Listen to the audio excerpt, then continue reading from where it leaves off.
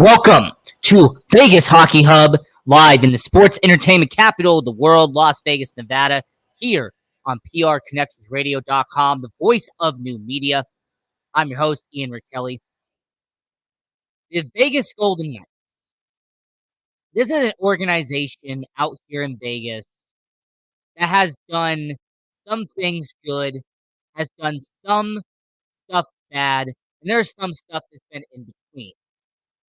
But one aspect of the Vegas Golden Knights that you can't deny, one aspect of Vegas that most people, including myself, would have to agree is the talent level, the production, and having some of the best talent in hockey have been on the Vegas Golden Knights.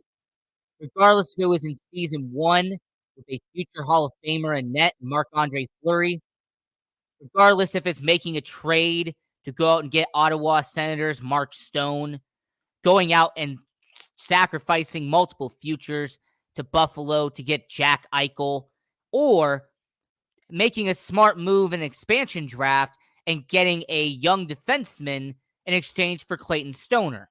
That happened to be Shea Theodore. Regardless of how they get said talent, Vegas Golden Knights have always been an organization that finds talent, and an organization who knows how to build a roster around said talent. So what we're going to focus on here on the Vegas Golden Knights, here we're going to focus on Vegas Hockey Hub, is who is the best player on the Vegas Golden Knights. It is going to be a series we're going to do here on Vegas Hockey Hub. I'm going to look up and I'm really going to examine 4 or 5 players the Vegas Golden Knights have on their current roster. And I'm going to ask, who is the best player on your Vegas Golden Knights? Because there are multiple candidates. There really is no right or wrong answer here. It is simply up to the audience, and eventually will be up to your host, Ian Kelly, on who is the best player on Vegas Golden Knights. So the first person you can make an argument for, first person that I'm really going to take a look at is the topic of today's video, and that is defenseman Shea Theodore. Now, defenseman Shea Theodore has been with the Vegas Golden Knights since day one. Shea Theodore has been a misfit through thick and thin. When it comes to Shea Theodore, he has become a vital part of the Vegas Golden Knights. But what would make Shea Theodore a potential best player for the Vegas Golden Knights? What qualities does Shea Theodore have that would make him a possible candidate for best player for the Vegas Golden Knights? Well, one attribute that so many people want to make fun of, one attribute that some people want to talk about with Shea Theodore as a negative and not a positive, is the way Shea Theodore puts the puck in the back of the net. Shea Theodore is a goal scorer. Shea Theodore is someone who can get you 10, 12, 14 goals a year as a defenseman in the NHL. Shea Theodore is what they call an offensive defenseman. He is someone who can move around the puck, someone who can be at the blue line, somebody who could be up high, and he can get the puck and score you goals. Now, there's going to be a portion of hockey fans, I consider them more of an old school portion of hockey fans, who see it as a bad situation. They look at defensemen scoring goals as a negative in the NHL. They see a defenseman putting up 40, 50 points and half of them being goals as a negative. They will see a guy like Shea Theodore as a problem in the NHL because he doesn't lay back enough, because he isn't staying in the zone. He is not focusing on playing defense. Instead, he's focusing on playing offense. How dare Shea Theodore focus on scoring goals? For the people who say that, and for the people who want to make an argument that defensemen playing offense is a bad idea, Go ask Cale Makar from the Colorado Avalanche if scoring goals doesn't make you a defenseman. Go ask several defensemen in the NHL right now if they shouldn't play offense. And majority of the offensive defensemen in the league are some of the best defensemen you have in the NHL right now. A defenseman scoring 10 to 15 goals a year used to be a rarity in hockey. Now it is almost a must for a top line defenseman. Almost all of the best defensemen at every single team in the NHL has to know how to score goals. They have to know how to at least generate offense in the modern NHL. So for the people that are stuck in the past and for the people who want to say, Shea Theodore, he can't be a great defenseman because he likes to pass the puck too much. The reason why Shea Theodore can't be the best player is because he focuses too much on the front and not too much on the back end. My argument would be watch the rest of the NHL, examine who the best defensemen are in the league right now, and you'll notice a very common pattern. And that is that the best defensemen in the NHL, as of right now, are mainly guys who play offense. Mainly guys who actually know how to put the puck in the back of the net. So that would be my first argument for Shea Theodore. I respect his skill set as getting the puck in the back of the net. More importantly, I like that Shea Theodore is a defenseman who also knows how to find the open guy. Shea Theodore, over the past 4 seasons, has had 25 or more assists every single year. This is a guy in Shea Theodore who last season had 52 points, 40 of them were almost assists. So when you examine Shea Theodore and you examine his potential, him getting the puck to Jonathan Marchessault is a good thing. Him finding an open Jack Eichel is excellent. Shea Theodore being down the other end and shooting it right across for Riley Smith so he can get a 2-on-1 play is a fantastic way to play hockey. So, Shea Theodore knows how to put the puck in the back of the net. Yes. Does he know how to get the puck to somebody else who's wide open? Yes. And more importantly, does Shea Theodore know how to play defense? Does Shea Theodore actually know how to make sure the puck doesn't go in their team's net? And the answer to that question should be very obvious if you watch Vegas Golden Knights hockey. Because Shea Theodore, if you've seen his plus minus since joining the NHL, he had a plus 12 with the Vegas Golden Knights in his 3rd season. He had a plus 28 in year 4, a plus 6 in year 5, and he had a positive plus minus in year 6. So Shea Theodore, outside of year 1, because he was a brand new guy, really young, I think he had a -4 if I remember correctly. But Shea Theodore, ever since, he has been a vital part, an everyday starter for the Vegas Golden Knights, has been a positive on defense. He has been a positive player that you can have on your middle 6. Now, am I going to sit here and say that he is the best defender on the team? No, that would happen to be Mark Stone. Mark Stone is actually one of the best defensive forwards in the NHL right now. So I really cannot sit here and say that he is the best defender on the team. But I would say that he definitely is in the upper echelon of the organization. I would point out that he is probably one of the best defenders the team has right now. He is a guy who knows what his role is. He knows how to get into the zone, and more importantly, he knows how to stand right in front of the crease and make sure that people aren't getting in his way. So when it comes to Shea Theodore, he checks off a lot of attributes that a defenseman needs in the NHL. He is someone that you can rely on in Las Vegas as a defenseman. But I'm not done yet. What is something else that Shea Theodore could have that would make him one of the best players that the Vegas Golden Knights has? Well, how about Does Shea Theodore live up to his contract? Does Shea Theodore, as a defenseman for the Vegas Golden Knights, does he live up to his $5.25 million cap hit that he signed in 2019-2020? And the answer, surprisingly, is a resounding yes for Shea Theodore. When the Vegas Golden Knights signed him to that 7-year deal worth $36 million, some people questioned why the Vegas Golden Knights would do it. After all, he hadn't hit 40 points by that situation. He'd only been 2 years in with Vegas. He had 18 goals. He had 48 assists. He barely had 60 points by that point. Why are you giving Shea Theodore a massive contract? A lot of people question why George McPhee would do it. Well, the situation has actually went from being a questionable contract to now being one of the best contracts in all of hockey.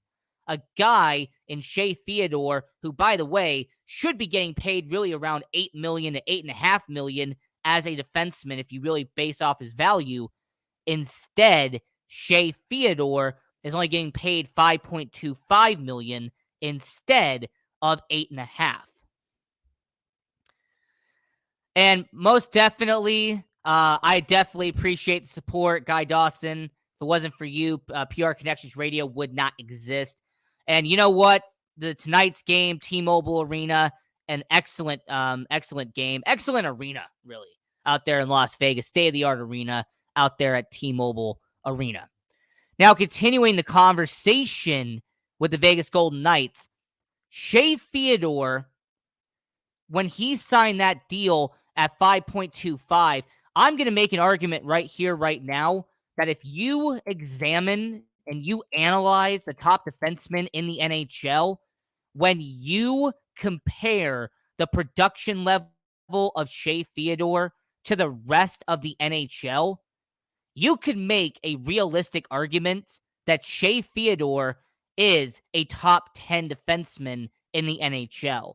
You could really sit back and say that his salary and his current cap hit should be among the best defensemen. Understand that Erik Karlsson, Drew Doughty, and Zachary Werenski are the top defensemen in terms of highest paid. Seth Jones from Chicago is getting paid $9.5 million by the Blackhawks. Honestly, Shea Theodore should be getting paid around that level. He is a better defenseman than what Seth Jones is right now. Is he better than Charlie McAvoy? I'm going to say no. Is he better than Adam Fox? I'm going to lean towards no. Is he better than Cale Makar, for example, a guy who just got paid $9 million, one of the best defensemen in hockey?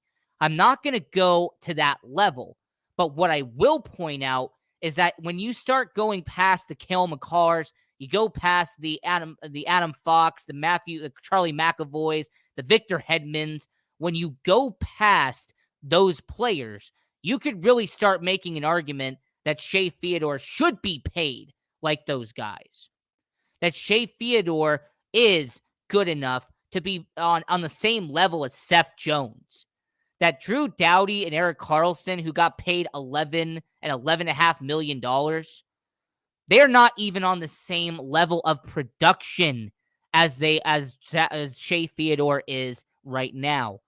As a matter of fact, when you compare Erik Karlsson and Drew Doughty, the two highest paid defensemen in the NHL, and you compare what Shea Theodore did in the same season, the argument should start and stop right here.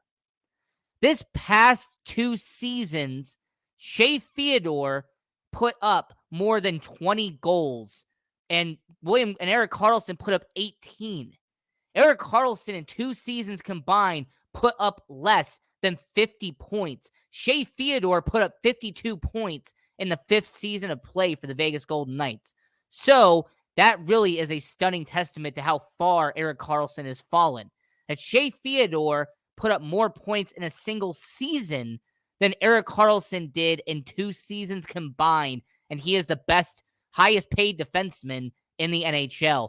Drew Doughty is an interesting situation because you could take his last 3 seasons of goal scoring, and they equal the same as Shea Theodore the past 2 seasons. So, Drew Doughty has fallen off. Erik Karlsson has fallen off. Seth Jones has fallen off. So, I will make an argument. I will make a discussion. I'm really going to make a angle right here, right now, that if you are a organization, if you're someone who needs a top tier defenseman, and you have an $8 million, you have $9 million to kill, make Shea Theodore your future. Make Shea Theodore one of the highest paid defensemen in the NHL. Because Shea Theodore is a guy who, once again, is getting paid $5.25 million. For anyone who wants to know where that's ranked in the NHL, that makes him the 53rd highest ranked, highest paid defenseman in the NHL. All right, he is ranked as the 53rd highest paid defenseman in the NHL, and that's Shea Theodore. Someone who should be getting paid top 10 money and is outside the top 50 in terms of highest paid defenseman. So, my argument is not only that I think that he is the best player on the Vegas Golden Knights, he's one of the best players on the Vegas Golden Knights, that he is hilariously getting underpaid, and I do expect him to make about $8.5–9 million when his contract does go up. Now, when Shea Theodore becomes a free agent after 2025, he will be one of the best paid players in the NHL. There's no reason why he shouldn't. Like I said, if when you examine what Adam Fox has done in New York, what Charlie McAvoy has done in Boston, those two are around the same production level as Shea Theodore is. Now, the one debate that someone could bring up, the one rebuttal someone who's watching this show could bring up is even Shea Theodore the best defenseman on the Vegas Golden Knights? Is Shea Theodore even the best blue liner on the Vegas Golden Knights? Because everyone's going to point to Alex Pietrangelo. They're going to point to the guy who's getting paid $8.5 million until 2027. They're going to point to the guy who was a top 5 pick and won a Stanley Cup in St. Louis before going to Las Vegas and joining them. Well, for anyone who wants to make an argument that Alex Pietrangelo and Shea Theodore, how about you compare the statistics side by side? How about I give you and I break down what the statistics look like side by side? Now, Alex Pietrangelo has played 3 seasons in Las Vegas. Shea Theodore has played 6 years in Las Vegas. So I am just going to use an example. I'm going to use their 2020, 2021, and their 2021, 2022 seasons as my example. Okay? I'm going to use their 2 seasons that they played alongside each other as my basis point out there in Las Vegas. So, Alex Pietrangelo, in terms of games played, he played 121 games during that time span. Shea Theodore, around that same time period, he played around the same amount of games. So, when it comes to games played, it actually isn't that big of a conversation because there really isn't that much of a huge drastic movement when it comes to the amount of games played. Once again, Alex Pietrangelo, he played 121 games during that 2-year span with the Vegas Golden Knights, whereas Shea Theodore played around 120 games. So there's really not an argument made there. However, goals scored is a different situation. Alex Pietrangelo scored 20 goals in that 2-season span. Shea Theodore scored 22 goals in that span. So, I would give a slight advantage to Shea Theodore. It's not a big difference, but I would still give a slight edge to Shea Theodore when it comes to putting the puck in the back of the net. When it comes to assists, when it comes to helping players out and getting the puck to someone else so they can put it in the back of the net, Alex Pietrangelo in a 2-year span had 41 assists. Shea Theodore in that same time period blows it out of the water. It's actually interesting to see that, yes, Alex Pietrangelo had 47 assists. Shea Theodore had a whopping 72 for the Vegas Golden Knights. So you had 72 for Shea Theodore. You had 47 for Alex Pietrangelo. That's obviously a big plus in order for Shea Theodore. When it comes to points scored, Alex Pietrangelo had 67 points. Shea Theodore had 94. So once again, you are going to give an edge to Shea Theodore when it comes to really breaking down who's the best defenseman for the Vegas Golden Knights. Is it Alex Pietrangelo? Is it Shea Theodore? Well, considering that Shea Theodore scored 94 points in a 2-year span, where Alex Pietrangelo scored 67, that's a big difference. And in terms of plus minus, you also got to give the advantage to Shea Theodore. And in that 2-year span, Shea Theodore plus 34. Alex Pietrangelo in that same time plus 27. So with that being a plus 7, I'm going to give it to Shea Theodore on that characteristic as well. And even when it comes to penalty minutes, the only thing that's actually the only thing Alex Pietrangelo actually would have won. Alex Pietrangelo, he has had 58 penalty minutes in a 2-year span. Shea Theodore has had 38. So you outweigh Pietrangelo's contract, $8.8 million. He has more penalty minutes, and he has slightly more games played than Shea Theodore. But the rest of the statistics favor Shea over Alex. He has more goals, he has more assists, more points, and he has a better plus minus against Alex Pietrangelo. But one more argument, one more conversation I have to bring up because I know somebody's going to. What about the postseason? What about the postseason performance between Shea Theodore and Alex Pietrangelo? Well, once again, I'm going to use a 2-year span when it comes to playoffs. So I'm going to use the 2019-2020 playoffs and the 2020-2021 playoffs. Alex Pietrangelo, he played 28 games during the playoffs in that 2-year span. Shea Theodore played 39 games during that entire time period. Alex Pietrangelo had 5 goals. Shea Theodore had 8. Shea Theodore had 21 assists. Alex Pietrangelo, 13.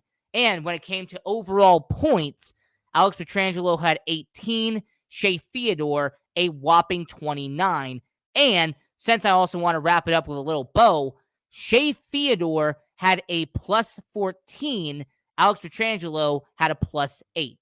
So even when you examine the postseason for Pietrangelo and Theodore, Theodore has better statistics and did better analytically than Alex Pietrangelo did.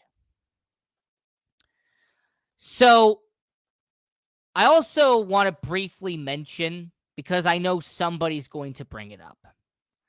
I know there's going to be somebody who's going to say, well, Shea Theodore, he has done good, but has he done great enough to be the number 1 defenseman for the Vegas Golden Knights? Where is he on the depth chart for the Vegas Golden Knights organization? Now, I'm going to give my one clear rebuttal to anyone who says, well, Shea Theodore, if he's the best defenseman on the Vegas Golden Knights, why is he on the middle pairing?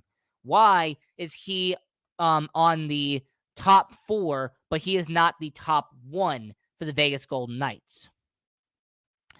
I will explain it by explaining the philosophy of Bruce Cassidy. I will explain it by talking about Alec Martinez and Alex Pietrangelo are 2 veteran defensemen who have been in the NHL for a solid decade. Alec Martinez and Alex Pietrangelo are two defensemen who have been in the game for a long time. Bruce Cassidy favors older defensemen. Bruce Cassidy is someone who really likes to see older defensemen. He trusts them. He expects them to do best out there for the Boston Bruins. He also did that for plenty of years out there in Boston. Just to give you a brief example of that, just take a brief look at the Boston Bruins roster since Bruce Cassidy was around. When Bruce Cassidy had the defense, when he had the organization out there, he used plenty of veteran defensemen like Derek Forbort, like Josh Brown. He used veteran defensemen like Zdeno Chara for plenty of years. He also brought in guys like John Moore, who was a veteran defenseman. You had, a bunch of players in Boston who were defensemen. They were veterans. They mainly had been in the league for 9, 10, 11 years by that point. That is what the Boston Bruins do. The reason I'm bringing that up is because he now took that philosophy and he's using it here in Las Vegas. He takes a lot of inspiration from what he did in Boston and is using it today for the Vegas Golden Knights. So no, I am not worried that Shea Theodore is not a top-line defenseman. I am not going to say that he isn't the best defenseman on the team only because he is not the top-line defenseman where Alec Martinez and Alex Pietrangelo are. Because anyone who focuses on time of ice, which, by the way, is a defensive metric, then you would know that Shea Theodore and Alex Pietrangelo both play on average around 22 to 23 minutes a game in the NHL. Very similar, Alec Martinez and Brayden McNabb play around 20 to 21 minutes, and those guys are supposedly on the first line. Zach Whitecloud and guys like Ben Hutton, for example, and Nicholas Hague, they spend roughly around 12 to 16 minutes on the ice for the Vegas Golden Knights. So Shea Theodore is a top-line defenseman if you factor in time on ice, TOI. So he averages about 22 to 23 minutes on ice. He has a solid plus-minus. His points per game is normally around half, so he normally scores half the time in the NHL. And this is a guy in Shea Theodore who, once again, averages around 12 to 14 points a year. And ever since he joined the Vegas Golden Knights, he also doesn't miss that many games. I mean, this is an organization that he only missed 3 games in 2018, 2019. He missed only one game when it came to the 2019-2020 season. He missed 3 games in 2020, 2021. And even in an injury-riddled 2021-2022 season, he missed 4 games. So Shea Theodore is reliable. He knows how to play the game. He can put the puck in the back of the net, and he is someone who passes the puck around and gets it to the open man, in the slot. So Shea Theodore, is he the best player on the Vegas Golden Knights? I have made my argument to you, but I'm going to leave it to the audience right now. You tell me in the chat down below. You tell me on Twitter, @SportsAngle on PR. You tell us on our YouTube channel, like, share, hit the subscribe button, turn on notifications. You let me know at Vegas Hockey Hub, is Shea Theodore the best player on the Vegas Golden Knights? Now, a little teaser, a little appetizer for our next episode. That's going to be on Vegas Hockey Hub. We are going to talk about the defense for the Vegas Golden Knights as a whole, not just one person this time. And I'm going to make an argument to everyone watching around the world that the Vegas Golden Knights defense is a strength, not a weakness. The defense for your Vegas Golden Knights is actually one of the best parts of the team. That defense helps this team get better, and it's not making them worse. So until next time, this is Vegas Hockey Hub here in the sports entertainment capital of the world, Las Vegas, Nevada, here on PRConnectionsRadio.com, the voice of new media. I'm your host, Ian Rakelli. Follow me on social media at IanRakelli18. And until next time, have a good one, watch hockey, and go Knights go.